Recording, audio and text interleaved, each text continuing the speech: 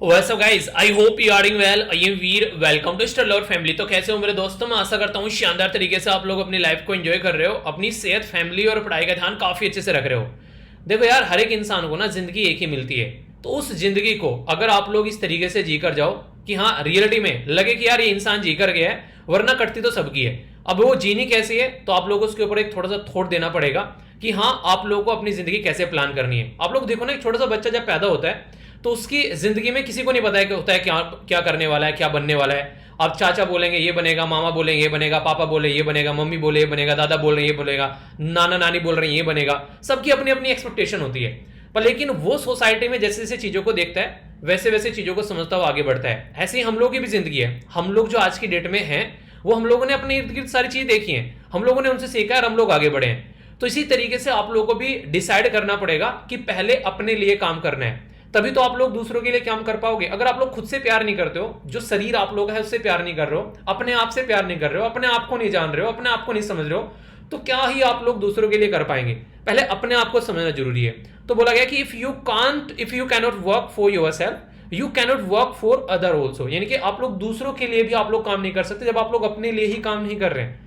तो ये रियलिटी है जिंदगी में। सबसे पहले आप लोगों को अपने लिए काम करना सीखना पड़ेगा। सबसे पहले आप लोगों को अपनी इज्जत करनी सीखनी पड़ेगी। आप लोग चाहते हैं दुनिया आप लोगों की इज्जत करे, पर लेकिन आप लोग खुद अपनी इज्जत नहीं करते हैं। सुबह को टाइम पे उठना है, टाइम पे नहीं उठ रहे हैं, एक्सरसाइज करनी, एक्सरसाइज नहीं कर रहे हैं, फिर पूरे दिन अपने आप को गाली दिए जा रहे हैं, यार ये काम हम लोगों ने किए।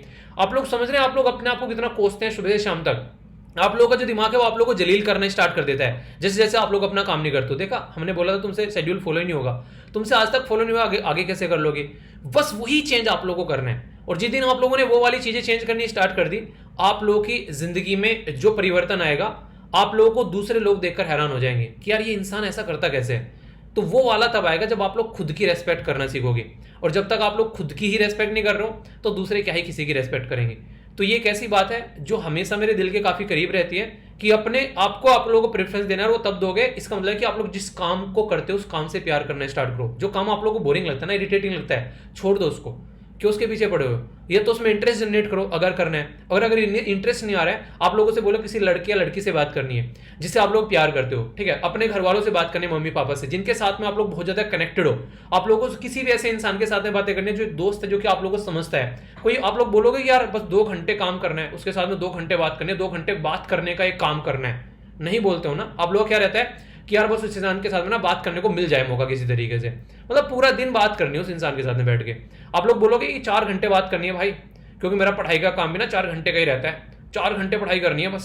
सर कितना पढ़ना चाहिए एग्जाम के लिए? वो एग्जाम है जो आप लोग की आने वाली 40 साल की जिंदगी तैयार करने वाला है। और आप लोग पूछ रहे हो कि कितने घंटे पढ़ ले उसके लिए? अरे उसके लिए तो जान लगा दो, वो भी कम है।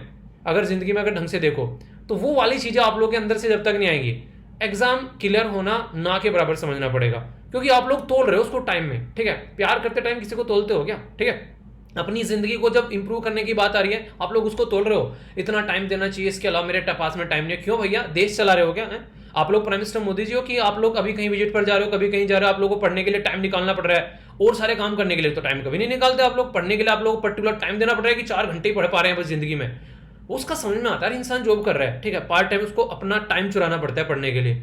घर वालों ने 24 घंटे आप लोगों को दे रखे हैं, आप लोगों को सारी फैसिलिटी मिली हुई है, किसी को कम किसी को ज्यादा मिल सकती है, पर लेकिन घर वाले अपनी तरफ से तो पूरी जोर लगाते हैं ना जितना वो कर सकते हैं। तो अब आप लोग फिर भी उस चीज को नहीं कर पा रहे हो, तो इसको क्या समझना चाहिए? आप लोग क्या इसको नाम दोगे? उन्हें कहते इस प्यार को मैं क्या नाम दूं, तो इस हरकतों को मैं क्या नाम दूं, मुझे तो बताओ जरा। आप लोग सोचो 1 मिनट के लिए। ये बात इसलिए बोल रहा हूं क्योंकि एग्जाम जितना पास में आ रहा है, लापरवाही उतनी ज्यादा कई बार बढ़ती नजर आती है।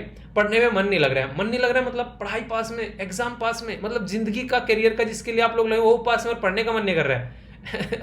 ये तो लगता नहीं है यार कि मतलब ये सोचने और समझने और बोलने वाली भी कोई बात है। इसका मतलब तो है कि गलत ट्रैक पे चल रहे हो, और छोड़ देना चाहिए कुछ काम, वो काम करो जिसमें मन लगता है फिर, ठीक है। तो ये बात थी। आई होप कि आप लोगों को इससे कोरिलेट कुछ कर पाओगे और अपने करियर के ऊपर पूरा फोकस देकर चलोगे। जिस चीज में मजा नहीं आ रहा है उसको छोड़ दो, जो करियर बनाना है उसी पे पूरा फोकस देना है, ठीक है। तो ये थी कुछ बातें, कुछ भाषण जो कि मैं हमेशा देता हूँ। मेरी आदत खराब है, आप लोगों को पता है।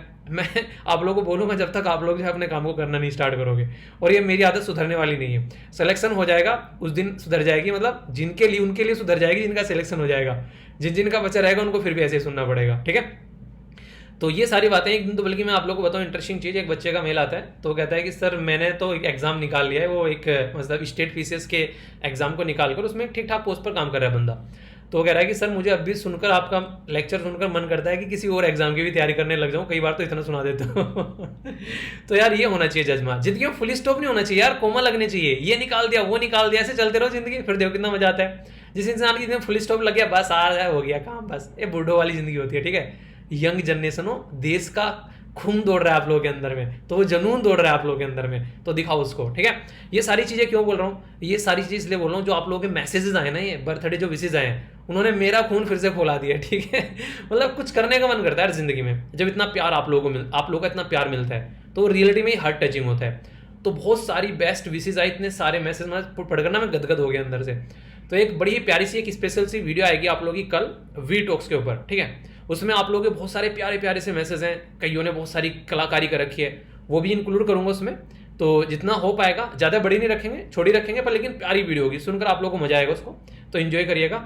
वी टॉक्स पे डालूंगा उसको। ठीक है, मॉर्निंग के टाइम में या फिर इवनिंग के टाइम पे बताना आप लोग किस टाइम डालनी है, तो अच्छे से उसको एंजॉय करेंगे। बाकी जितने भी विशेष आप लोग भेज रहे हैं या भेज चुके हैं, अभी आगे बहुत सारे मैसेज आ रहे हैं, तो वो रियलिटी में ही हार्ट टचिंग है, वो रियलिटी में ही एक तरीके से मुझे मैस्मराइजिंग एक तरीके से लग रही है। जिस तरीके से आप लोग अपना प्यार भेज रहे हो, जिस तरीके से आप लोग मेरा अपने साथ में एक्सपीरियंस भेज रहे हो, वो रियलिटी में मतलब कहता है कि वो मतलब उसका कोई लेवल ही नहीं है, वो आउट ऑफ द वर्ल्ड है। जिस तरीके का आप लोगों का प्यार निकल के आता है उसको कहते हैं अनकंडीशनल प्यार।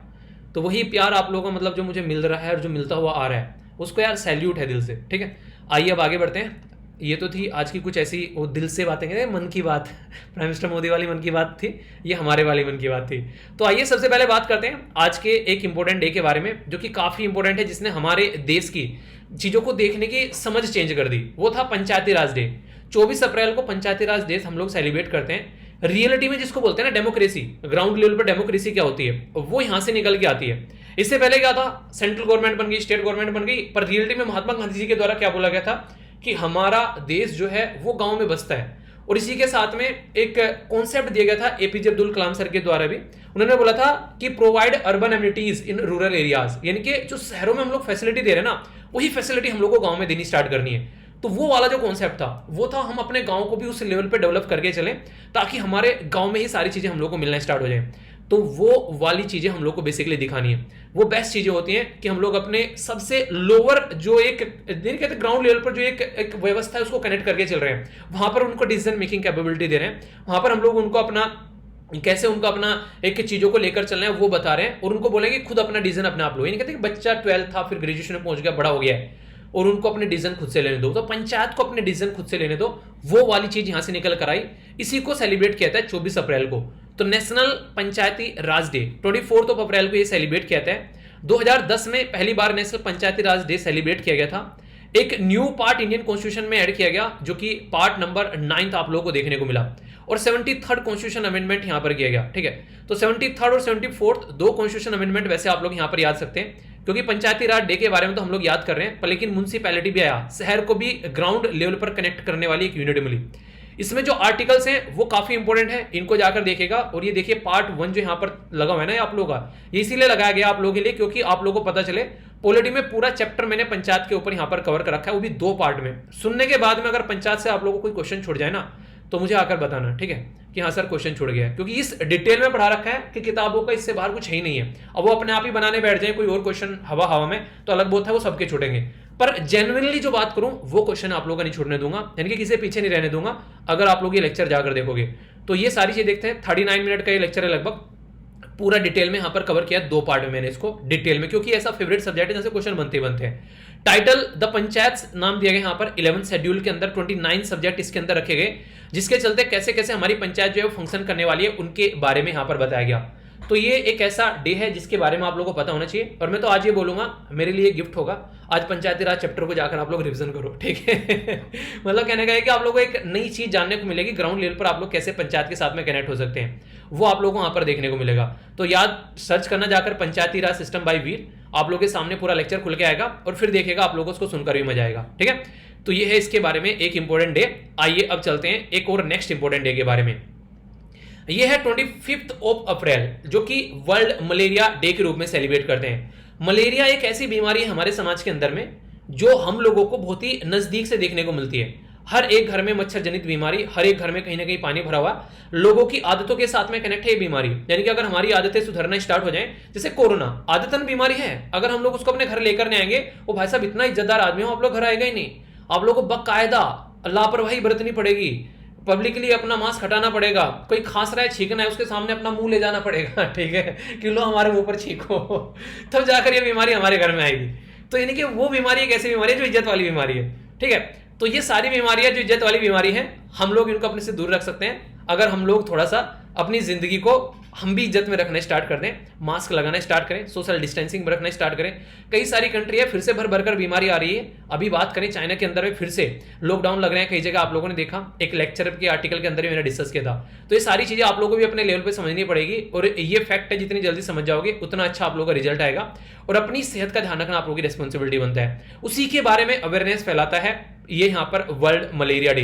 ये 2008 में फर्स्ट टाइम मलेरिया डे जो था वो सेलिब्रेट किया गया, डेवलप किया गया यहाँ पर बेसिकली अफ्रीका मलेरिया डे, ठीक है, जो कि यहाँ पर देखने को मिला। सिंस 2001 से यहाँ पर अफ्रीका गवर्नमेंट के द्वारा चीजें स्टार्ट की गई थी। 60th जब सेशन हुआ यहाँ पर, इनके 60वां जब संस्करण हुआ यहाँ पर वर्ल्ड हेल्थ ऑर्गेनाइजेशन का 2007 में, उसको लगा यार ये डे तो ऐसा नहीं है कि अफ्रीका की बीमारी है ओनली, ये तो लोगों को भी बीमारी है।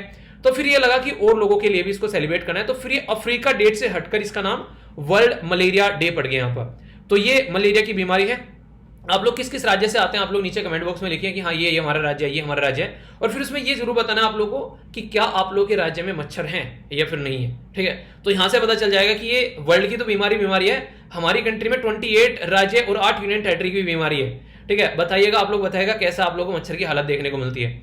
अब इसी के बारे में यहाँ पर बात करें तो थीम रहती है हर साल जो कि फोकस देती है, ठीक है, किस तरीके से हम लोग को इसको लेकर चलना है आगे। तो इसीलिए अब की बार की थीम भी काफी इनोवेटिव रखी गई, क्योंकि हम लोग टेक्नोलॉजी की ओर चल रहे हैं। तो बात की जा रही है harness innovation to reduce the malaria disease burden and save lives, यानी कि आप लोगों को इनोवेशन का यूज कर मलेरिया का बर्डन कम करना है, और जो बर्डन है और जो लाइव्स है यानी कि जो जिंदगी है उनको आप लोगों को सेव करना है। ये बेसिक पर्पज होना चाहिए यहाँ पर। देखिए, जान है तो जहान है, ये बात आप लोगों ने सुनी है, और वहीं से आप लोगों को देखने को मिलेगा। जब जिंदगी में हम लोग यहाँ पर इन चीजों को कंट्रोल करना स्टार्ट कर देंगे तो सही डायरेक्शन में सही चीजें होना स्टार्ट हो जाएंगी। तो उसी के बारे में यहाँ पर बातें बताई गई है, ठीक है। आई होप कि दोनों डे जो है वो काफी डिटेल में आप लोगों को समझ में आगे होंगे और इनके साथ कनेक्ट कर पाएंगे। और यहाँ से पंचायती राज चैप्टर जो है वो आप लोगों को रिवाइज करना है, और उसके नीचे जाकर डन लिख देना कि हाँ हम लोगों ने कर लिया। जो भी पुरानी वीडियो देखते हो ना उसके नीचे डन लिख दिया करो एक बार, इससे आप लोगों को पता रहेगा आप लोगों ने उसको कवर कर लिया, और मुझे भी आइडिया लगता रहेगा कि हाँ आप लोग उसको कवर कर रहे हो, ठीक है। तो ये एक छोटी सी एक बेसिकली इन्फॉर्मेशन थी। आगे बढ़ते हैं। अब एक जो आर्टिकल है यहाँ पर, ये आर्टिकल जो है काफी इंपोर्टेंट है। यहाँ पर ये पंचायती सिस्टम के बारे में डिस्कस करूंगा, कुछ इंटरेस्टिंग चीजें आप लोगों को यहाँ पर मैं बताकर चलूंगा, ठीक है। ये आर्टिकल हालांकि मुझे एक दिन पहले आप लोगों को पढ़ाना था ये पर, लेकिन मुझे लगा कि आज के दिन के लिए अच्छा आर्टिकल रहेगा। वैसे तो ये आना था कल की वीडियो में, पर कल जो है आप लोगों की पता है आप लोगों की बेसिकली क्वेश्चन की वीडियो आती है जिसमें आप लोगों का रिविजन होता है अच्छे से। तो हम लोगों ने डिस्कस किया, तो फिर इस आर्टिकल को मैं आज डिस्कस कर रहा हूँ। यहाँ पर 3F के बारे में बात की जा रही है। 3F मतलब क्या है? हमारी कंट्री में जो लोकल बॉडीज हैं, लोकल बॉडीज के बारे में आप लोगों को मैंने बताया। नॉर्मली एक तो पंचायती राज सिस्टम हो गया और दूसरी हो गया म्युनिसिपैलिटी, ठीक है। तो पंचायती राज सिस्टम और म्युनिसिपैलिटी जो ये दो लोकल होती है, जिसको आप लोग पीएम भी बोल सकते हैं। ये दो लोकल बॉडी जो होती हैं उनको आप लोगों को प्रॉपर में फंड देना चाहिए, उनके फंक्शन प्रॉपर होने चाहिए, यानी कि उनके लिए फंक्शनरीज प्रॉपर होनी चाहिए। यानी कि एक तरीके से बोल सकते हैं फंड को बोलते हैं निधि, यानी कि फंड बोल दिया, इसके साथ में फंक्शन यानी कि कार्य क्या है, और फंक्शनीज यानी कि पदाधिकारी यानी कि जो वहां पर काम करते हैं। तो उसके ऊपर अगर आप लोगों ने फोकस दिया तो ही आप लोग जाकर यहाँ पर इसके अंदर जान फूंक पाओगे, उनको जिंदा बना पाओगे। ये यहाँ पर हमारे देश में बातें करनी चाहिए। इसी के ऊपर यहाँ पर पीआईबी के अंदर पूरा आर्टिकल कवर किया गया, और ये सारी बातें बोली हैं हमारी कंट्री के vice president M Venkaiah Naidu ji के द्वारा। तो समझते हैं कई सारी बातें जो कि आप लोग को पता होनी चाहिए। सबसे पहले तो 3F को इंप्रूव करने की वहां पर बात की गई है। तो एक यहाँ पर इनोग्रेटिंग नेशनल स्टेक, जो यहाँ पर नेशनल जो basically stakeholder conference on localization of sustainable development goal. ये बहुत बड़ी बात है अपने आप में। एक लाइन लिखी हुई है यहाँ पर, अगर कोई पूछ ले आप लोगों से कि localization of sustainable development goal जो है वो किस मिनिस्ट्री के द्वारा ऑर्गेनाइज कराया गया, सीधे साधा क्वेश्चन बनेगा। तो ये पंचायती राज जो मिनिस्ट्री हमारे देश में उसके द्वारा ऑर्गेनाइज कराया गया।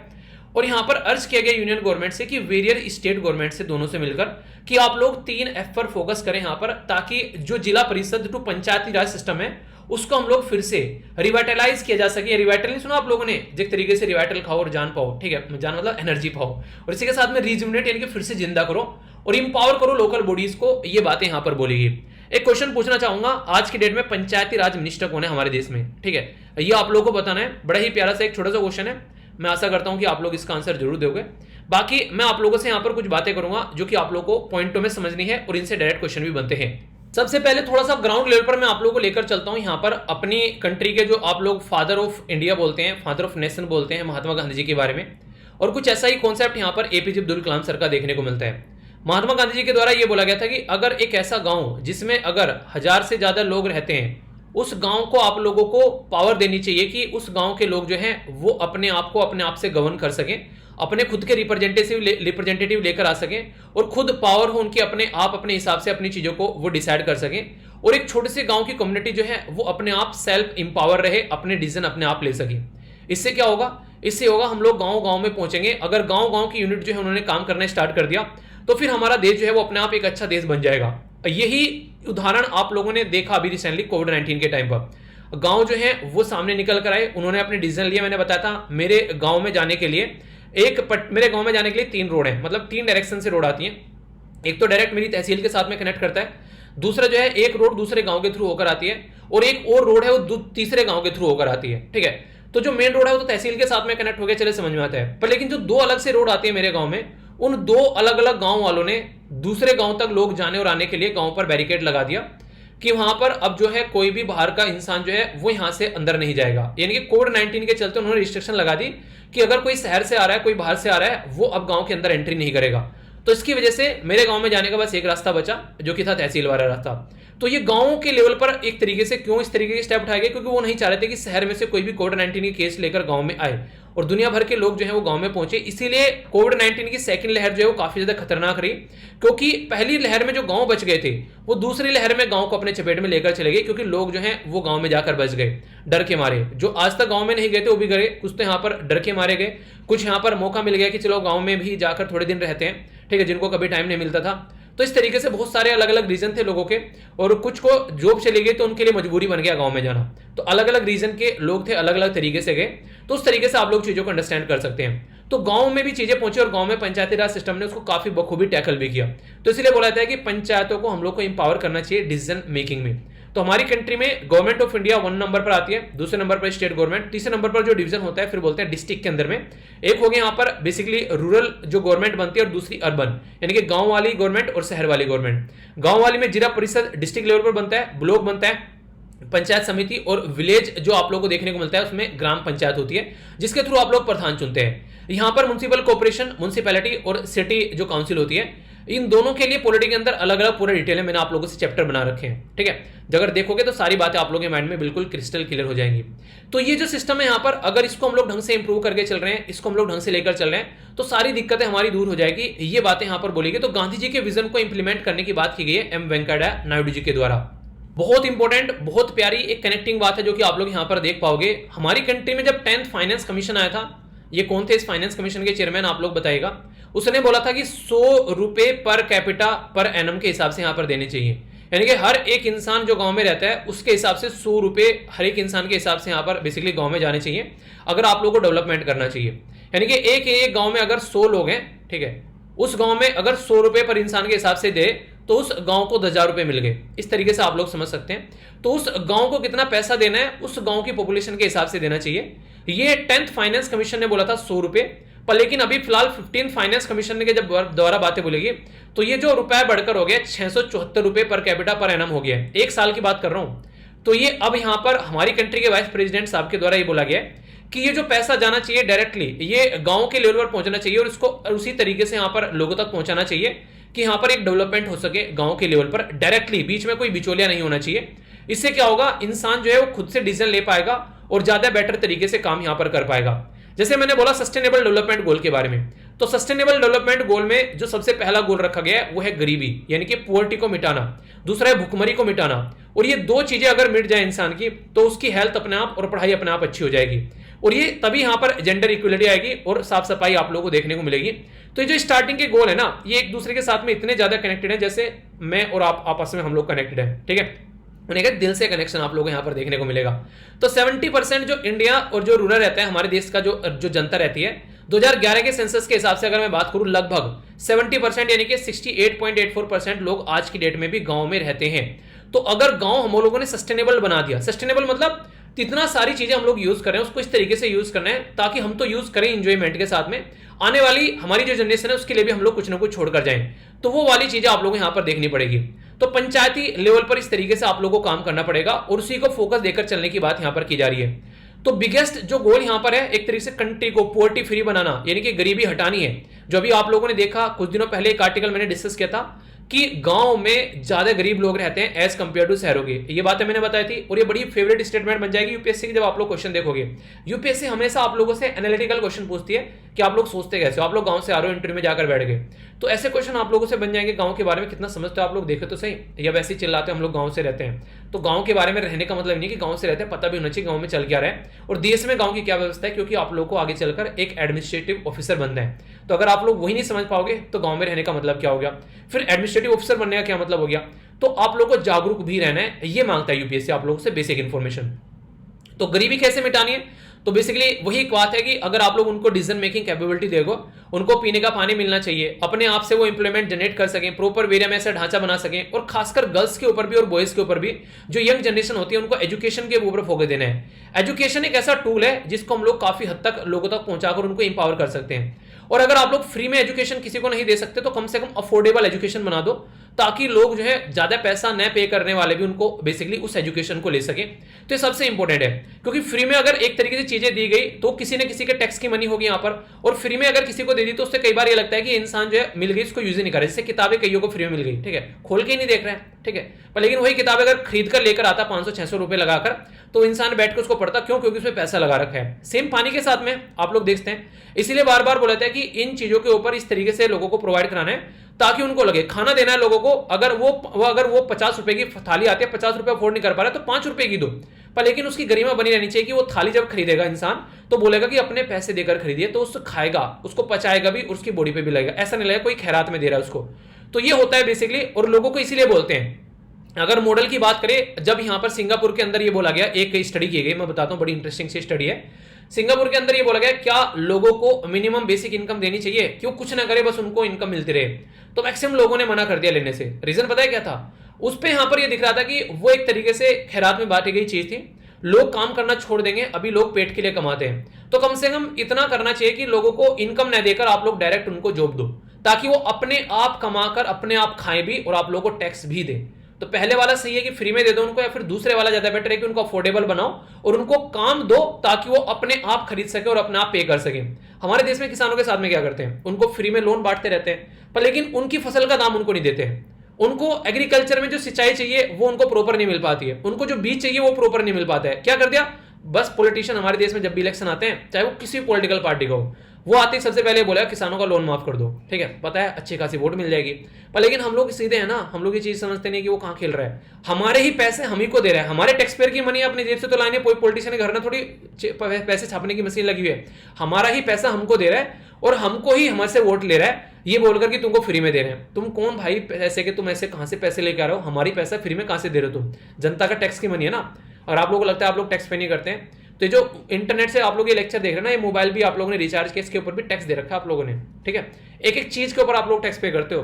तो फ्री में कुछ नहीं मिल रहा है आप लोगों को यहाँ पर, बस आप लोगों को गुमराह किया जा रहा है कि हाँ आप लोग फ्री में देते हैं, ठीक है। तो इस तरीके से आप लोग समझ सकते हैं। तो हमेशा कहीं ना कहीं से आप लोगों से चीजें जो है वो वसूलने की कोशिश की जाती है, वो आप लोगों को देखने को मिलेगा, ठीक है। अब आप लोग बोलने लगो सर फ्री में लेक्चर है आप लोग वही बात आती है, बार एक बच्चा कह रहा है सर बोलते तो आप फ्री में लेक्चर दे रहे हैं, ये भी फ्री में नहीं है यार, ये कॉस्ट है इस लेक्चर की बहुत बड़ी, बस मैं आप लोगों से अपनी कॉस्ट नहीं ले रहा हूँ, ठीक है, मैंने अपनी कॉस्ट फ्री कर रखी है, ये लेक्चर फ्री में नहीं है, क्योंकि अगर यही लेक्चर कोई और पढ़ा रहा होता वो पैसे ले रहा होता। तो यहाँ पर उसको फ्री में मत सोचो, ये सोचो कि बहुत अच्छी चीज आप लोगों को मिल रही है, लागत नहीं देनी पड़ रही है, तो इसका मतलब फ्री में मत समझो, उसको समझो बहुत महंगी चीज आप लोगों को मिल गई है। इस तरीके से देखो ना, आप लोगों को उसको एंजॉय करने में मजा आएगा। आप लोग सोचो कोई किसी ने आप लोगों को डायमंड दे दिया और बोलो कि ये आप लोगों के लिए गिफ्ट है, तो ये कहोगे कि डायमंड फ्री का है, फ्री का नहीं, डायमंड कीमत है भाई साहब उसकी करोड़ों रुपए। तो उस तरीके से उस चीज को देखो, लेक्चर को ये मत देखो लेक्चर फ्री के, ये देखो कितनी कीमती चीज आप लोगों को दे रखी है, एज ए गिफ्ट है आप लोगों के लिए, इट्स नॉट फ्री, ठीक है। फ्री का मतलब हो गया कि हाँ बस खैरात में मिल गया ऐसे, और कोई कहीं भी उठा के फेंक रहा है, कुछ भी कर रहा है, तो उसको आप लोग को समझना पड़ेगा, उससे आप लोग चीजों की अहमियत समझ पाओगे। माँ बाप का प्यार फ्री में मिल रहा है, फ्री में है वो भाई साहब, जैसे तैसे अपना जिगर काट कर जिंदगी कैसे कैसे कर कर वो आप लोगों को चीजें प्रोवाइड कराते हैं। आप लोग बोल रहे हो फ्री में मिल रही है मम्मी पापा की चीजें, फ्री में नहीं है, उन्होंने अपनी जिंदगी गवा दी उसके पीछे। तो ये इंपॉर्टेंट चीज होती है, तो आप लोगों को उसकी रेस्पेक्ट करनी पड़ेगी, तभी आप लोग चीजों को अच्छे से लेकर चल पाओगे। तो यही बातें मैं आप लोगों के साथ में बोलना चाह रहा हूं, यहां पर चीजें कनेक्ट करनी है, तो लोगों को उस तरीके से उनके पैरों पर खड़ा करो ताकि वो अपने आप से चीजों को समझ सके और आप लोग उनसे यहां पर एक तरीके से देश को डेवलपमेंट की ओर भी लेकर चल सको, ना कि फ्री में इस तरीके की चीजें प्रोवाइड कराना। ठीक है, आप लोगों की क्या राय इसके बारे में जरूर बताएगा।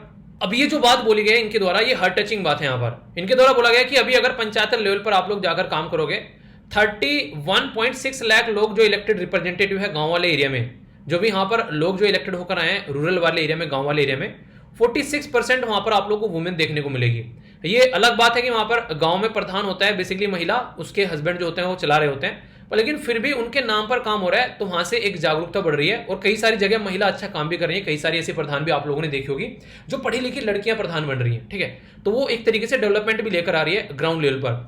तो जो गांव वाले एरिया में यहाँ पर वुमेन इंपावरमेंट का ये एक नया काम स्टार्ट किया है, ये आगे चलकर सेंट्रल स्टेट में भी आप लोगों को देखने को मिलेगा, तो ये भी काफी बड़ी बात है। तो इसी के चलते यहाँ पर एक लोगों का पार्टिसिपेशन बढ़ रहा है, तो इसके चलते आने वाले टाइम में हम एक कॉम्प्रिहेंसिव डेवलपमेंट कर पाएंगे। कॉम्प्रिहेंसिव का मतलब एक ऐसा डेवलपमेंट जो कि सबको इंक्लूड करके चले, यानी कि ना कि एक अकेले इंसान का डेवलपमेंट हो रहा है, सबका डेवलपमेंट हो रहा है, आप लोग यहां से ऐसा बोल सकते हैं। तो इसके चलते जो 17 सस्टेनेबल डेवलपमेंट गोल जो मैंने अभी आप लोगों को बताए थे, उनमें गरीबी को मिटाना है, हेल्थ को रखना है, बच्चों के लिए अच्छी सोसाइटी बनानी है, एक ग्रोथ अच्छा होना चाहिए, गाँव को भी अच्छे लेवल पर डेवलपमेंट हम लोग को करना है, वो सारी चीजें हम लोग कर पाएंगे और यही काम हम लोगों को करना है। इसी के ऊपर फोकस देकर यहां पर चलना है। ठीक है, वैसे अगर पंचायती राज सिस्टम इवोल्व कैसे हुआ, तो बलवंत राय मेहता कमेटी आप लोग को पता होना चाहिए, इसने बोला था थर्ड टायर सिस्टम होना चाहिए और यहीं से थर्ड टायर सिस्टम हमारे देश में निकल कर आया था पंचायती राज सिस्टम का। अशोक मेहता कमेटी के बारे में बात करें तो इन्होंने बोला 2 टायर सिस्टम। जीवी राव कमेटी और इसी के साथ में एल.एम. सिंघवी कमेटी, इनके द्वारा जो सबसे इंपॉर्टेंट बात है, एल.एम. सिंघवी कमेटी के द्वारा बोला गया कि संवैधानिक रिकॉग्निशन दो पंचायत को अगर ढंग से इंप्लीमेंट करना है तो संविधान के अंदर पंचायत को आप लोगों को लिख के चलना है। आप लोगों को ये बातें सुनने में थोड़ा सा लग रहा होगा कौन सी बड़ी बात बोल दी, पर लेकिन सोच के देखो, अगर आप लोगों को संविधान के अंदर में किसी चीज को लिखना है तो कॉन्स्टिट्यूशन में अमेंडमेंट करना पड़ता है और उसी संविधान में संशोधन करके जब आप लोग चीजों को लेकर आते हो, तो आज की डेट में जो गवर्नमेंट है अगर वो चेंज हो जाती है, कल को कोई दूसरी गवर्नमेंट आती है, तो वो गवर्नमेंट जो है उस चीज को चेंज नहीं कर पाएगी, वो गवर्नमेंट को सोचना पड़ेगा 1000 बार उस चीज को चेंज करने के लिए। तो यहां से एक अंदाजा आप लोग लगा सकते हो कि कितनी बड़ी बात यहां पर ये होती है।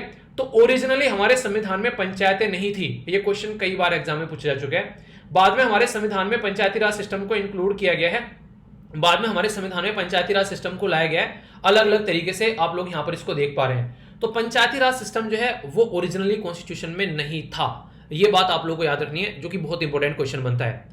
अलग अलग जो हमारे देश में गवर्नमेंट थी उनके द्वारा यहाँ पर रोल प्ले किया गया, जैसे राजीव गांधी जी, वीपी जो सिंह जी थे, इसी के साथ में नरसिम्हा राव जी थे, अलग अलग बिल यहाँ पर लाए गए, तब जाकर यहाँ पर 73rd कॉन्स्टिट्यूशन अमेंडमेंट लेकर आया गया 1992 में, और फिर 24 अप्रैल 1993 में पंचायत हमारे देश में आई, जहां से हम लोगों ने पंचायती राज डे के बारे में यहाँ पर बात की है। तो ये इंपॉर्टेंट जो डे होता है वो यहाँ से निकाल कर लाया गया, तो इससे आप लोग समझ सकते हैं। अभी यहाँ पर मैंने आप लोगों से बात की कॉन्स्टिट्यूशन अमेंडमेंट के बारे में, तो ये बेसिक चीजें भी मैंने यहाँ पर डाल दी है। हालांकि ये पूरा लेक्चर है जो मैं आप लोगों को दिखा रहा हूँ ना, ये उसी लेक्चर की क्लिप है जो मैंने आप लोगों को देखने के लिए बोला है, तो इसको आप लोग जरूर देखिएगा।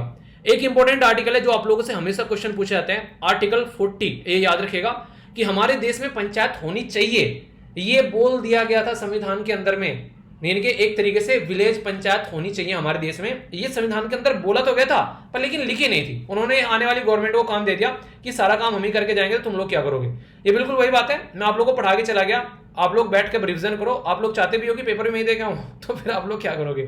ठीक है, फिर तो जॉब की सैलरी में ही लूंगा सारी, ठीक है, क्योंकि मैं ही पेपर दे के आ रहा हूँ ना, मैं ही पढ़ा रहा हूँ, सारे काम मैं ही कर रहा हूँ, तो फिर सैलरी तो मुझे मिलेगी ना सारी वो। ठीक है, फिर मैं अपने हिसाब से मैं सबको सैलरी दूंगा, जिसको एक तरीके से पढ़ना है उसकी फीस भरूंगा मैं, आप लोग को कुछ नहीं मिलेगा फिर। ठीक है, मैं इंजॉय करूंगा सैलरी को अपने हिसाब से। तो कहने का मतलब ये संविधान बनाने वालों का, यह संविधान हम लोग बना रहे हैं, इतनी बड़ी सौगात आप लोग को दे रहे हैं, थोड़ा आप लोग भी देखो आप लोग क्या कर सकते हो। तो वो चीजें यहाँ से निकल कर आई।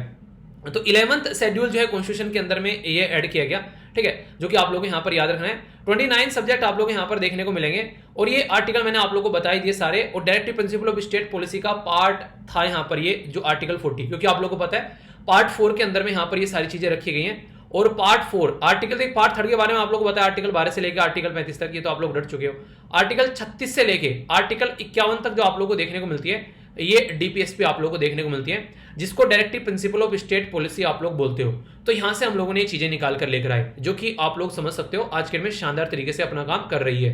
इतनी बात मैंने आप लोगों को जब पढ़ाई दी है तो आप लोगों से एक क्वेश्चन जरूर पूछूंगा, हमारे देश में सबसे पहले पंचायती राज सिस्टम जो है वो किस राज्य में इंप्लीमेंट किया गया, ये आप लोगों को बताना है। ठीक है, देखता हूँ कौन कौन सही आंसर देता है। बाकी कुछ फीचर भी मैंने यहाँ पर डाल दिए, जो 3 टायर सिस्टम है, यहाँ पर क्या क्या फंक्शन है, क्या क्या फीचर्स हैं, थोड़ा इसको देख लेना। ज़्यादा मतलब एक तरीके से घुसना तो नहीं है, पर हाँ एक हल्का हल्का सा ओवरव्यू आप लोगों को होना चाहिए। ये तो बताना है कहाँ कहाँ पर पंचायती राज सिस्टम पहला कौन सा था और दूसरा कौन सा था। ये क्वेश्चन स्टेट पीसीएस में कई बार पूछा जा चुका है। अभी यहाँ पर कुछ क्वेश्चन आप लोगों के सामने जो कि आप लोगों को आंसर देने हैं। कौन सी कमेटी थी जिसके द्वारा कॉन्स्टिट्यूशनल स्टेटस देने की बात की गई है यहाँ पर पंचायती राज सिस्टम को लोकल सेल्फ गवर्नमेंट के लिए? अभी डिस्कस किया है जस्ट 1 मिनट पहले। ठीक है, तो ये काफी इंपॉर्टेंट है जिसके बारे में आप लोग को आंसर देना है। तो देखता हूं कौन सही आंसर इसका देता है। ठीक है, बताइए। पंचायती राज सिस्टम को यहाँ पर लोकल सेल्फ गवर्नमेंट बनाने की बलवंत राय मेहता, अशोक मेहता, या फिर जीवी राव कमेटी, या फिर LM सिंघवी कमेटी? सही आंसर क्या है ये आप लोग को बताना है। बताइए क्या है सही आंसर।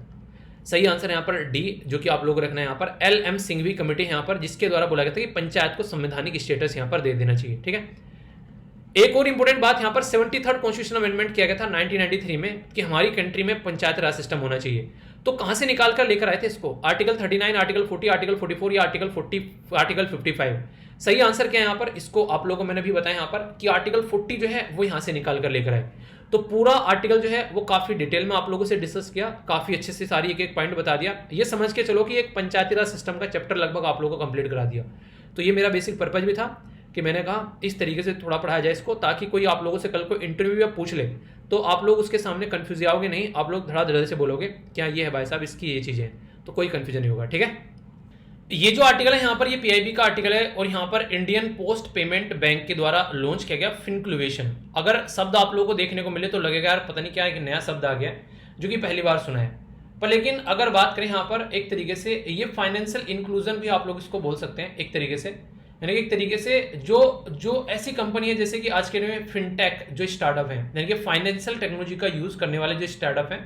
फिनटेक का मतलब क्या होता है? ये अभी एक बच्चा जो था वो बेसिकली पेपर देने इंटरव्यू देने गया था, बेसिकली IBPS का था शायद आई थिंक, या फिर मतलब कोई सा बैंक का कोई इंटरव्यू था या SBI PO का या फिर किसका, उसने बोला था, उसका मेल आया था मुझे कि सर ये क्वेश्चन पूछा गया जो आपने बताया था एक बार, जो ये था फिनटेक के बारे में आपने बात की थी, यानी कि फाइनेंशियल टेक्नोलॉजी।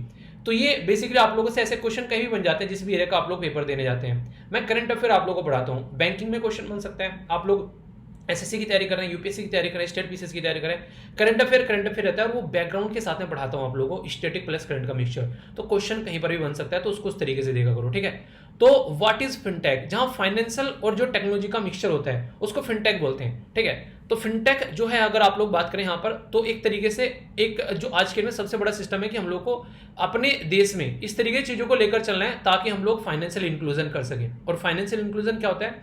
उस इंसान का भी अकाउंट लेकर आना है बैंक के अंदर में, उस इंसान को भी बैंकिंग सिस्टम की फैसिलिटी देनी है जो कि विश्व तक नहीं पहुंच पा रहा है। जैसे कोई भी अगर आप इसके लिए बात कर लो, सिर्फ जैसे आप फोन पे हो गया, गूगल पे हो गया, पेटीएम हो गया, ये क्या है? ये एक तरीके से फाइनेंशियल इंक्लूजन कर रहे हैं और टेक्नोलॉजी का यूज करके। तो ये इसके उदाहरण हो गए जो कि आज की डेट में आप लोग अपने सामने रख सकते हैं। तो यहाँ पर ब्लॉकचेन टेक्नोलॉजी का payment system, exchange, research, digital money, online banking, investment, crowd funding, ये सारी चीजें आप लोगों को देखने को मिलेगी। ये हमारे देश में भी इंप्लीमेंट की जा रही है और ऑल ओवर वर्ल्ड में यहाँ पर इनका काफी हद तक यूटिलाइजेशन भी हो रहा है। तो फाइनेंशियल इंक्लूजन ये यहां पर करने की बात की जा रही है। तो अपनी जो 75वीं एनिवर्सरी सेलिब्रेट की जा रही है, इंडियन इंडिपेंडेंट जो यहां पर एक तरीके से ऑनगोइंग आजादी का जो महोत्सव यहां पर सेलिब्रेट करें, उसके साथ में इंडियन पोस्ट जो यहां पर पेमेंट बैंक है, यानी कि अभी यहां पर हमारी आजादी की जो हम लोग 75वीं सालगिरह सेलिब्रेट कर रहे हैं, उसके चलते इंडियन पोस्ट पेमेंट बैंक जिसको IPPB आप लोग बोलते हैं, उसके द्वारा 100% गवर्नमेंट ओन, यानी कि गवर्नमेंट जो है वो सपोर्ट प्रोवाइड कराएगी डिपार्टमेंट ऑफ पोस्ट के थ्रू यहां पर, ताकि जो आज के में फिनक्लूजन किया जा सके, खासकर फिनटेक जो रिसर्च कंपनी है, स्टार्टअप है, उनको मिलकर काम कराया जा सके फाइनेंशियल इंक्लूजन का, यानी कि लोगों के हाथ में व्यापार पहुंच सके। यानी कि अब जो है हमारी कंट्री में गवर्नमेंट ये काम करेगी कि जो लोग स्टार्टअप करना चाहते हैं वो स्टार्टअप यहां पर कर सके, उनको ये सपोर्ट प्रोवाइड करेंगे। यहां पर आज की डेट में दुनिया भर के कस्टमर इसके लगभग 430 मिलियन के करीब कस्टमर आप लोगों को देखने को मिलेंगे। और इसी के साथ में हमारी कंट्री में लाखों पोस्ट ऑफिस इंप्लॉय भी हैं आज के डेट में। अगर वो काम करने स्टार्ट करेंगे तो ग्राउंड लेवल पर हम लोग पहुंचा सकते हैं। एक तो लोगों को क्रेडिट की जरूरत काफी ज्यादा होती है, कोई फोन खरीद रहा है, कोई गाड़ी खरीद रहा है, कोई घर बना रहा है, तो एक तरीके से लोन लेता है। डिजिटलाइजेशन अगर उनके हाथ में पहुंच रहा है, यानी कि ऐप के थ्रू आप लोग बैंकिंग सिस्टम प्रोवाइड करा रहे हैं, मार्केट सॉल्यूशन आप लोग प्रोवाइड करा रहे हैं, कैसे इंसान को चीजें चाहिए, तो इसके थ्रू लोगों को अपॉर्चुनिटी मिल रही है और लोगों को जॉब भी मिल रही है। तो ये काफी एक अच्छा सिस्टम है जिसका हम लोग यूटिलाइजेशन कर सकते हैं। ये ओनली बैंकिंग सिस्टम के बारे में नहीं बोल सकते, हमारी कंट्री के जो आज के डेट में रेलवे मिनिस्टर हैं यहाँ पर अश्वनी जो वैष्णव जी, उनके द्वारा भी ये बातें बोलेगी कि इसका यूज काफी शानदार तरीके से किया जा रहा है और आज के डेट में इनोवेटिव वे आप लोगों को देखने को मिल रहा है। यूपीआई और आधार का कनेक्शन, तो फाइनेंशियल इंक्लूजन में ऑलरेडी बैंक अकाउंट हम लोग ऑनलाइन खोल सकते हैं, इंश्योरेंस सेविंग सारी चीजें आप लोग कर सकते हैं, कुछ भी आप लोग कहीं से कहीं पर ट्रांसफर कर सकते हैं। तो फिनक्लूजन जो है ये एक तरीका स्टेप है जो कि हमारी कंट्री में जो इंडस्ट्रीज है, जो आज कोई इनिशिएटिव लेकर चल रहा है, एक पावरफुल प्लेटफॉर्म बनाने की कोशिश की जा रही है स्टार्टअप कम्युनिटीज के लिए, ताकि कॉम्बिनेशन देखने को मिल सके यहाँ पर हमारी कंट्री में। जो आईपीपीबी जो बैंक है वो बेसिकली यहाँ पर काम करेंगे और मिनिस्ट्री का पार्टिसिपेशन है, डायरेक्ट आप लोग बोल सकते हैं, अपने देश के सिटीजन को हेल्प पहुंचाने के लिए। तो ये काफी बड़ा एक काम आप लोग यहाँ पर बोल सकते हैं। आप लोगों को अगर थोड़ा सा याद होगा यहाँ पर जो मैं बैंक के बारे में आप लोगों को पढ़ा रहा हूँ, ये जो बैंक है जिसको आप लोग यहाँ पर आईपीपीबी बोल रहे हैं, यानी कि इंडियन पोस्ट बैंक, जो हमारी कंट्री में लॉन्च किया गया था, Indian post payment bank basically इसको बोलते हैं। 2018 में यहाँ पर हम लोगों के द्वारा इसको लॉन्च किया गया और 100% जो इक्विटी है ना यहाँ पर वो आप लोगों को देखने को मिलेगी गवर्नमेंट ऑफ इंडिया की, यहाँ पर आप लोगों को देखने को मिलती है। तो इसके तहत लगभग 4 लाख के करीब पोस्टमैन आज के डेट में काम करते हैं। रिजर्व बैंक ऑफ इंडिया के द्वारा यहाँ पर ये सारा सिस्टम गवर्न किया था ताकि लोगों को बैंकिंग सिस्टम प्रोवाइड कराया जा सके। तो ये काफी आसान तरीका था कि हम लोगों ने पोस्ट जो सिस्टम है जिसके थ्रू आप लोग चिट्ठी तो भेजते नहीं है, कबूतर आ चिट्ठी लेकर आ, वो चीजें तो अब देखने को मिलती नहीं है। तो अब सिस्टम ये हो गया कि हम लोग क्यों ना इसके थ्रू अपने देश में डिजिटल सिस्टम के थ्रू चीजों को आगे लेकर चल सके, और यहाँ पर हम लोगों ने बैंकिंग सिस्टम के साथ में इसको कनेक्ट कर दिया। तो ये चीजें हमारे देश में लाई गई, इसीलिए प्रधानमंत्री मुद्रा योजना आप लोग को देखने को मिली, स्टार्टअप इंडिया स्कीम आप लोगों के सामने निकल कर आई, प्रधानमंत्री जीवन ज्योति बीमा हो गया, अटल पेंशन योजना, ये सारी जो चीजें यहाँ से निकाल कर ला रखी है ना, ये इसी के थ्रू आप लोगों को निकाल कर लेकर आ रखी है। ठीक है, तो इसके चलते आप लोग इसको समझ सकते हैं, काफी इंपॉर्टेंट है। यहाँ पर कल को चलकर क्वेश्चन ही पूछे तो आप लोगों के माइंड में इसको लेकर क्लैरिटी होनी चाहिए। ये जो भी बातें बोली हैं ये सारी यहाँ पर लिखी हुई हैं, जो भी मैंने बोला क्रेडिट डिजिटलाइजेशन और मार्केट लेड सॉल्यूशन यहाँ पर आप लोगों को देखने को मिलेगा, नई अपॉर्चुनिटी, ये सब चीजें ट्रेडिशनल जो फेलियर हो जाता है उससे अब हम लोग ऊपर उठ सकेंगे। इंडियन पोस्ट बैंक के बारे में बता दी, और ये सारी वो स्कीम है जो कि आप लोग यहाँ पर बेसिकली इंजॉय कर सकते हैं। ठीक है, अब यहाँ पर एक क्वेश्चन है जिसका आंसर आप लोगों को देना है। यहाँ पर अगर बात की जा रही है विद रेफरेंस टू इंडिया, जो कंसिडर आप लोगों को करना है, नेशनलाइजेशन ऑफ द बैंक हुआ, इसी के साथ में formation of the regional rural bank हुआ, इसी के साथ में adoption of the villages by the banking branch. ठीक है, तो यहाँ पर सही आंसर इसका क्या है, बेसिकली बोलता है कि which of the following can be considered as the step to the financial inclusion. तो फाइनेंशियल इंक्लूजन कौन सा है? नेशनलाइजेशन बैंक किया, किसके लिए किया गया? ताकि गरीब लोगों के हाथ में बैंक पहुंच सके, उसलिए किया गया, तो ये सही बात है। इस तरीके से यहाँ पर रीजनल रूरल बैंक बनाए ताकि गांव में भी बैंकिंग सिस्टम पहुंच सके, तो इसलिए यहाँ पर बनाए गए।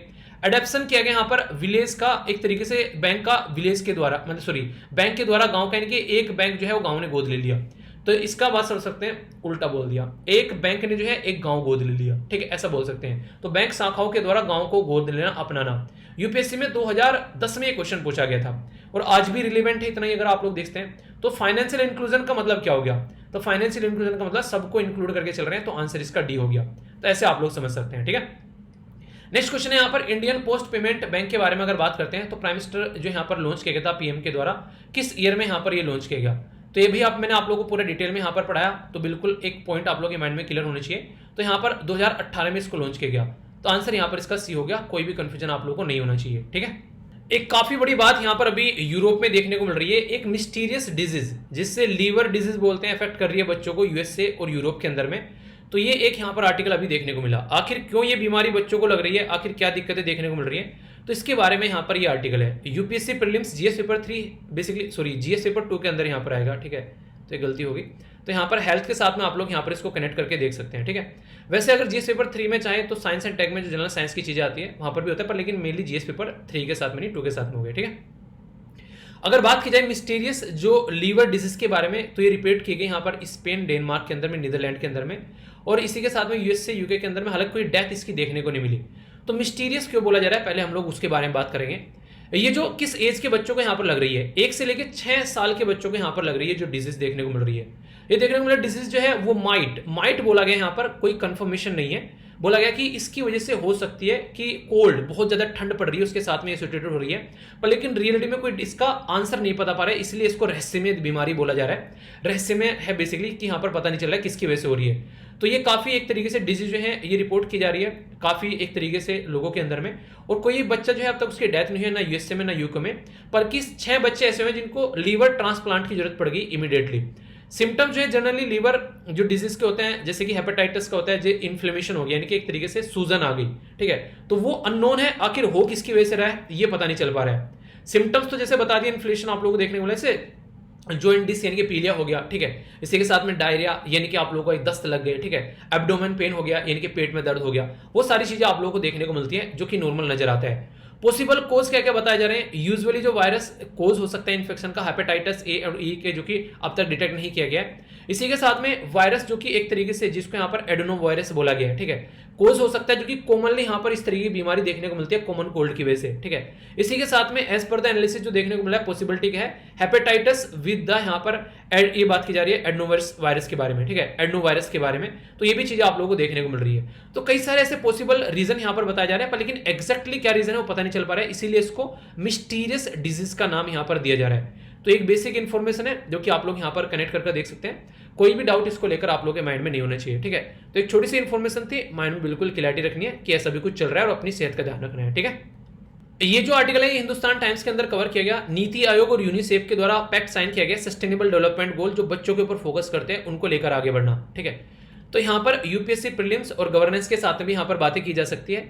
NITI Aayog national institute of transforming India 2015 में हमारे देश से बेसिकली बनाया गया प्लानिंग कमीशन को रिप्लेस करके, तो ये यूनिसेफ के साथ मिलकर काम कर रहे हैं। यूनिसेफ यहाँ पर आप लोगों को देखने को मिलेगा यूनाइटेड नेशन चिल्ड्रन फंड्स के नाम से भी आप लोग जानते हैं, 1946 में क्रिएट किया गया, न्यूयॉर्क में हेडक्वार्टर देखने को मिलेगा यूएसए के अंदर में। टोर्स जो यहाँ पर हेट्रम आज के डेट में इसके प्रेसिडेंट है। यूनाइटेड जो यहाँ पर यूनाइटेड नेशन जो है इंटरनेशनल चिल्ड्रन इमरजेंसी फंड, वैसे पहले इसका ये नाम था पर लेकिन अभी से यूनाइटेड नेशन चिल्ड्रन फंड बोलते हैं। इसका नाम तो वही है जो कि सॉरी इसका जो एक्रोनिम तो वही है यूनिसेफ यानी कि यूनाइटेड नेशन इंटरनेशनल जो चिल्ड्रंस इमरजेंसी फंड, पर लेकिन इसका नाम चेंज कर दिया गया यानी कि एक्रोनिम वही रखा गया यूनिसेफ पर नाम रख दिया इसका यूनाइटेड नेशन चिल्ड्रन फंड, ठीक है। तो ये कंफ्यूज मत होना आप लोग, कई बार कई सारे जो पहली बार सुनते हैं उनको लगता है कि क्या बोल दिया। तो यूनाइटेड नेशन जो है रेस्पॉन्सिबल है ह्यूमैनिटेरियन डेवलपमेंट के लिए, खासकर बच्चों को अगर फोकस किया जाए तो उसी के बारे में यहाँ पर बात की जा रही है। तो ये जो इसका टारगेट है ये सस्टेनेबल डेवलपमेंट जो गोल मैंने अभी बताया 17 है, उसमें जो जो बच्चों के ऊपर फोकस देता है उसको लेकर चलना है और किस तरीके से आगे लेकर यहाँ पर चल सकते हैं। तो इसके चलते कमिटमेंट दिखाने की बात की जा रही है हमारी कंट्री में भी, ताकि हम लोग जैसे कि स्टेटमेंट जो बात की स्टेटमेंट ऑफ इंटेंट, तो यहाँ पर एक तरीके से फॉर्मलाइजेशन प्रोसीजर हम लोग को लेकर चलना है ताकि यहाँ पर बच्चों के ऊपर फोकस दिया जा सके। और इसके चलते मल्टी डायमेंशनल जो चिल्ड्रन डेवलपमेंट होता है, जैसे बच्चा होता है ना कोई, उसके ऊपर बहुत सारी चीज़ों का ध्यान रखना होता है जब बच्चा बढ़ रहा होता है, तो उन्हीं को फोकस देने की बात यहाँ पर हम लोग कर सकते हैं, ठीक है। तो सस्टेनेबल डेवलपमेंट गोल यूनिसेफ और नीति आयोग के बारे में हम लोग बात करें तो चिल्ड्रन जो अक्रॉस द हेल्थ और न्यूट्रिशन, एजुकेशन, वाटर, सैनिटेशन, ये सारी चीजें हैं उनके ऊपर फोकस देकर हम लोग को चलना पड़ेगा। इसी के साथ में 2030 तक का इंडिया का कमिटमेंट भी है कि हम लोग को इन चीजों के ऊपर फोकस देना है। बोल जा रहा है कि लीव नो चाइल्ड बिहाइंड, यानी किसी बच्चे को पीछे नहीं छोड़ना है। अगर एक तरीके से उसका होलिस्टिक डेवलपमेंट करना है तो यहाँ पर नीति आयोग और यूनिसेफ मिलकर इसके ऊपर काम करेंगे। स्टेटस ऑफ इंडिया चिल्ड्रन, ये फोकस है यहाँ पर कि कैसे यहाँ पर हमारे देश में हम लोग को इनको लेकर चलना है। तो ये कई सारी बातें यहाँ पर इनके द्वारा फोकस की जा रही है। और देखिए जब भी हम लोग इन चीज़ों के ऊपर फोकस करते हैं ना, तो सबसे बड़ी बात हमारी रहती है हेल्थ के बारे में, ठीक है। फिर आप लोगों को यहाँ पर देखने को मिलेगी हेल्थ के साथ में एजुकेशन, इसी के साथ में प्रोटेक्शन बच्चों की होती है, उनके बारे में हम लोग बात करते हैं। तो ये सारी चीज़ें हम लोग को साथ में लेकर चलनी है अगर एक बच्चे का हम लोग को डेवलपमेंट करना है। तो इसमें कौन कौन काम करेगा, ऐसा तो नहीं कि मैं अकेला काम कर दूंगा, आप अकेले काम करेंगे। गवर्नमेंट भी आएगी, सेंटर, स्टेट, नीचे तक का सिविल सोसाइटी, चिल्ड्रन से रिलेटेड जो कलेक्टिव राइट्स होते हैं उनको इंप्लीमेंट किया जाएगा, तब जाकर हम लोग यहाँ पर इसके बारे में काम को इंप्लीमेंट कर पाएंगे। तो ये बातें यहाँ पर बोली जा रही है, ठीक है। एक क्वेश्चन आप लोगों से पूछना चाहूंगा यहाँ पर यूनिसेफ के बारे में। बोला जा रहा है कि इट वाज जो बेसिकली फाउंड किया गया था 1945 में विद यूएनओ, ठीक है। दूसरा यहाँ पर बोला गया बेसिकली यूनिसेफ जो है वो originally United nation international children emergency fund था, पर लेकिन ऑफिशियली उसको यूनाइटेड नेशन चिल्ड्रन फंड बोलते हैं। तीसरा बोला गया यूनाइटेड नेशन रेस्पॉन्सिबल है प्रोवाइड करने के लिए यहाँ पर बच्चों के डेवलपमेंट के लिए उनको एक सपोर्ट प्रोवाइड कराता है। सही करेक्ट आंसर क्या है, ए में बोला गया 1 and 2, बी बोला गया 2 and 3, सी में बोला गया 1 and 3, डी बोला गया ऑल ऑफ द अबव। सही आंसर क्या है, ए, बी, सी, एफ, डी, वो आप लोग को बताना है। तो सही आंसर क्या है अगर आप लोगों से पूछो, भी आप लोगों को मैंने पढ़ा है, यहाँ पर देख सकते हैं आप लोगों के सामने सारा आंसर है यहाँ पर। तो इसका आंसर सही बी हो गया क्योंकि फर्स्ट स्टेटमेंट जो है यहाँ पर वो गलत है, ठीक है। तो यहाँ पर 2 और 3 यहाँ पर सही है। तो ये बेसिकली बात की जा रही है। तो ये फाउंड किया गया इसके बारे में सारी बातें बता दी आप लोगों को। 46 दे रखा है यहाँ पर, 45 थोड़ा सा डिफरेंस है वैसे, ठीक है। तो यहाँ पर आंसर इसका बी हो गया। तो कोई भी डाउट आप लोग के माइंड में यहाँ पर इसको लेकर नहीं होना चाहिए, एक एक पॉइंट आप लोग के माइंड में क्लियर होना चाहिए, ठीक है। तो ये था इसके बारे में इन्फॉर्मेशन। तो ये था आज का डिस्कशन। थोड़ा सा आज का लेक्चर जो है हल्का सा छोटा है, क्योंकि मुझे टाइम जितना मिल पाया उसके हिसाब से मैंने चीज़ों को यार मैनेज किया। 2 इंपॉर्टेंट डे हम लोगों ने डिस्कस किए काफ़ी अच्छे से, ठीक है। इसी के साथ में पूरा पंचायती राज सिस्टम का एक ओवरव्यू मैंने दे दिया, बैकग्राउंड इन्फॉर्मेशन भी आप लोगों को बता दी कैसे कैसे हमारी कंट्री में पंचायती राज सिस्टम काम कर रहा है। तो कोई डाउट नहीं होना चाहिए। इसी के साथ में मैंने क्वेश्चन भी आप लोगों को दिए जो कि एग्जाम में पूछे जा रहे हैं और आगे बन सकते हैं। इसी के साथ में फाइनेंशियल टेक्नोलॉजी का कैसे हम लोग यूज़ कर आज के में स्टार्टअप को सपोर्ट कर सकते हैं वो देखा, और एक क्वेश्चन भी देखा जो कि पहले से पूछे जा रहे हैं एग्जाम के अंदर में, ठीक है। तो ये आप लोगों को पता होना चाहिए, कोई भी डाउट आप लोगों इससे रिलेटेड नहीं होना चाहिए। इसी के साथ में बच्चों को रिलेटेड क्या बीमारी देखने को मिल रही है वो सारी हम लोगों ने बातें जानी। इसी के साथ में हम लोगों ने नीति आयोग के साथ में मिलकर काम किया जा रहा है यूनिसेफ, और ये क्वेश्चन भी हम लोगों ने देखा, और इसके साथ में सारी चीज़ें हम लोगों ने डिस्कस की। कैसा रहा आज का डिस्कशन ये जरूर बताना। कोई भी डाउट हो माइंड में तो जरूर पूछेगा, जब भी मौका मिलेगा उसको जरूर कवर करूंगा। इसी के साथ में कल एक वीडियो आएगी वी टॉक्स के ऊपर, उसको आप लोग जरूर देखना। और अगर किसी को और भी यहाँ पर कोई वीडियो शेयर करनी है, हालांकि की तो बहुत सारे बच्चों के द्वारा लेंथी वीडियो शेयर की गई है, पर लेकिन कुछ के द्वारा काफ़ी इनोवेटिव वे में काम किया गया है, ठीक है। तो वो मैं आप लोगों के साथ में शेयर करूंगा वी टॉक्स के ऊपर, ठीक है। तो उसको आप लोग देख सकते हैं। बाकी आप लोगों का प्यार जो है वो ऐसे ही बना रहे, यही एक दुआ है मेरी रब से उन्हें ये दुआ है मेरी रब से, मुझे आशिकों में सबसे बस आप लोगों की आशिकी पसंद आई आशिकी मतलब रेस्पेक्ट, ठीक है, अदरवाइज मत लेना इसको। बेसिकली यही एक ऐसी चीज़ है जो हमेशा हम लोगों को कनेक्ट करती है। देखो मुझे प्यार से भी ज़्यादा बड़ी चीज़ ना हमेशा रेस्पेक्ट लगती है, ठीक है। प्यार इज़ द सेकेंडरी थिंग, अगर रेस्पेक्ट है तो वहाँ प्यार हो ही जाती है, पर लेकिन अगर रेस्पेक्ट नहीं है तो वो प्यार भी किसी काम का नहीं है। तो रेस्पेक्ट हमेशा आप लोगों को हमेशा ऊपर रखनी है, और रेस्पेक्ट में सेल्फ रेस्पेक्ट भी एक नाम की चीज़ होनी चाहिए, ठीक है। तो वो चीज़ हमेशा ज़िंदगी में अपनी रखिए, वरना लोग जो है चीज़ों को ग्रांटेड लेने लगते हैं। तो हमेशा अपनी चीज़ें अपने उस हिसाब से लेकर चलिए कि सारी चीज़ें एक बैलेंस से बनी रहे। तो नेक्स्ट लेक्चर मिलता हूँ, आज के लिए यहीं पर समाप्त करते हैं। बड़ों को नमस्ते, छोटों को प्यार, छोटी सी लाइफ एंजॉय करो यार। मिलता हूँ नेक्स्ट लेक्चर में, तब तक के लिए जय हिंद और अपना ध्यान रखिए, ठीक है।